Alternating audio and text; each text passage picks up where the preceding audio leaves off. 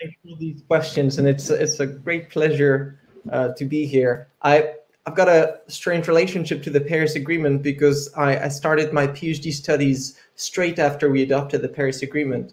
So, and if I think about the insight I had in the last 5 years, trying to better understand the climate crisis, I would really want to focus on two main points, two things that were true 5 years ago when I started my PhD thesis and are unfortunately still true today. And two things that I think are blocking our discussions about sustainability. The first one is that we need to unbelieve in the story of decoupling. So 5 years ago, we wrote in the SDGs that the objective should be to, quote, decouple economic growth from environmental degradation. For an ecological economist like myself, this is the equivalent of wishing to decouple fire from smoke. Not going to happen. So we could get into technical discussions about why this is so, or just look at the last decades of decoupling efforts. We had a massive GDP bonfire, and the best we could do is to remove, and let me here be mathematically precise, a tiny, tiny, tiny, tiny bit of smoke. So the decoupling hypothesis has been here for a long time. And of course, we hear very often that maybe, perhaps one day, who knows, decoupling will happen. Problem is, it hasn't. And in that context, and considering the current correlation between market activities and greenhouse gas emissions, material footprint, biodiversity, etc., advocating for further growth is suicidal. So that's my take on the new growth strategy of the Commission. Instead, I would want, why not just follow the precautionary principle? Assume that decoupling is going to remain tiny and downscale polluting forms of pollution and consumption today.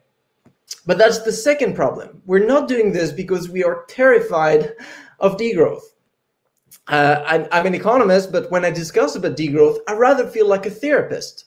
Degrowth has become the boogeyman of our capitalist consciousness. Many people think of it as the end of progress. Degrowth as a synonym with regression and joblessness, regression and joylessness. But they're wrong.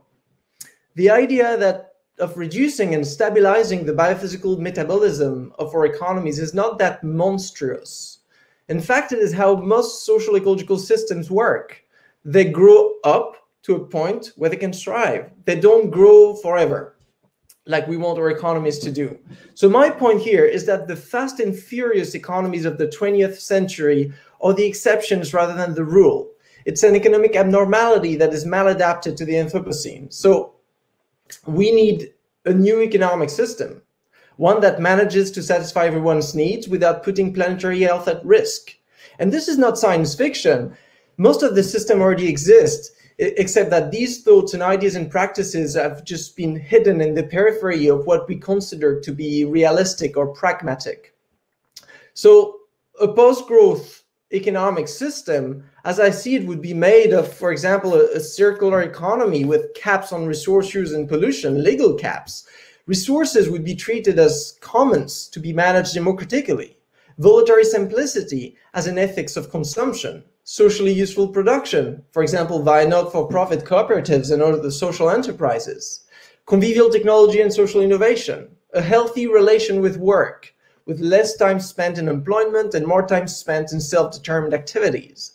Free public services protecting from exclusion, alternative currencies embedded in moral values, strong mechanisms of pre-distribution, distribution, and redistribution, and most importantly, and here pardon my French, joie de vivre. Because what's the point of having an economy if it makes us miserable? And actually, a post-growth economic system would be made of whatever we want a post-growth economic system to be made of.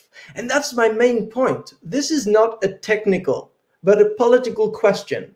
A political question that requires us to educate our desires beyond the narrow and wicked story of more money is better.